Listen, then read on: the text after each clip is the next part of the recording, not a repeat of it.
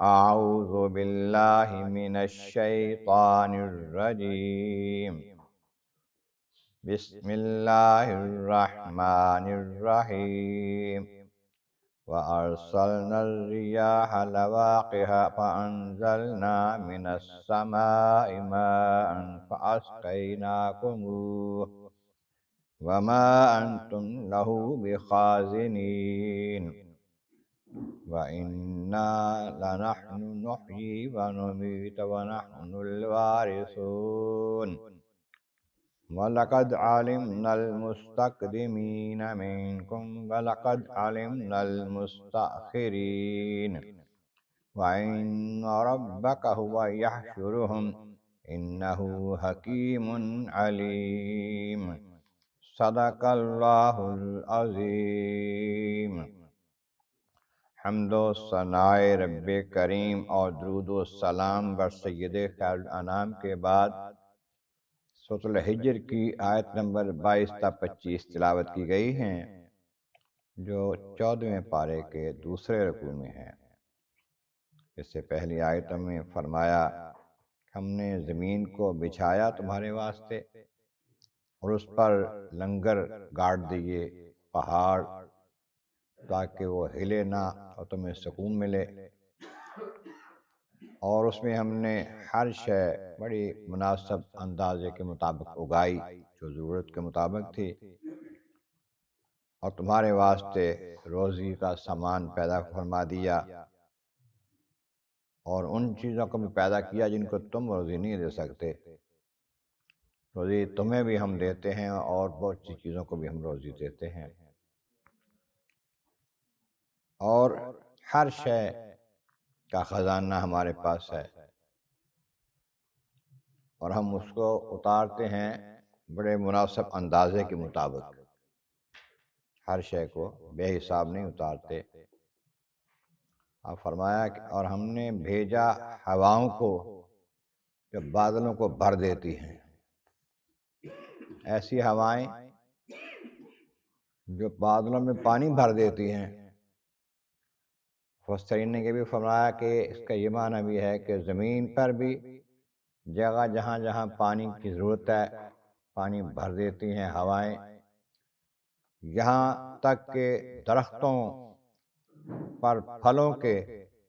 جو اثرات ہیں، پھلوں کے جو مادہ جات ہیں وہ بھر دیتی ہیں، پھلوں میں رس بھر دیتی ہیں وہ ہوائیں۔ پھر فرمایا فَأَنزَلْنَا مِنَ السَّمَاءِ مَاءً، پھر ہم نے آسمانوں کی طرف سے پانی برسایا۔ پانی اصل میں آسمان سے تو نہیں آتا، بادلوں سے آتا ہے، بادل آسمان سے بہت نیچے ہیں،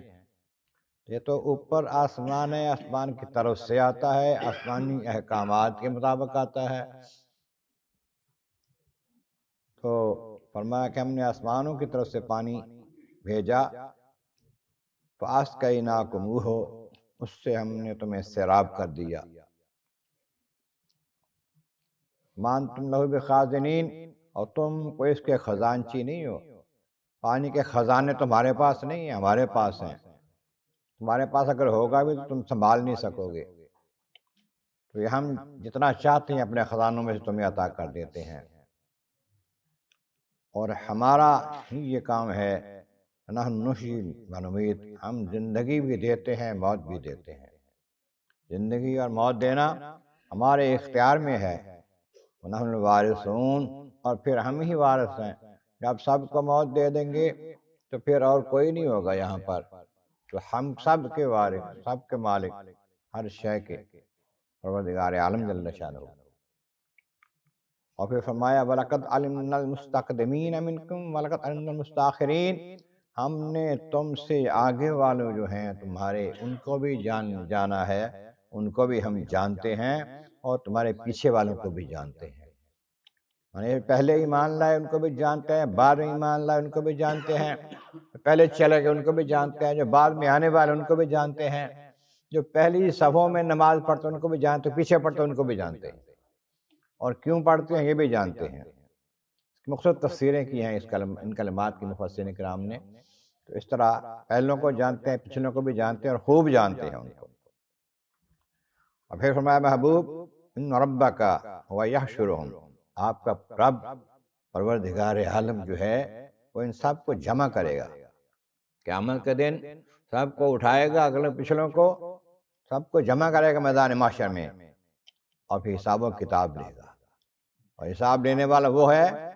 انہو حکیم علیم، جو حکمت والا ہے اور علم والا ہے۔ حکمتیں ہیں اس کی ہر کام میں، علم اس کا ہے کہ ہر شے کو، ہر کسی کے ظاہر باطن کو جانتا ہے،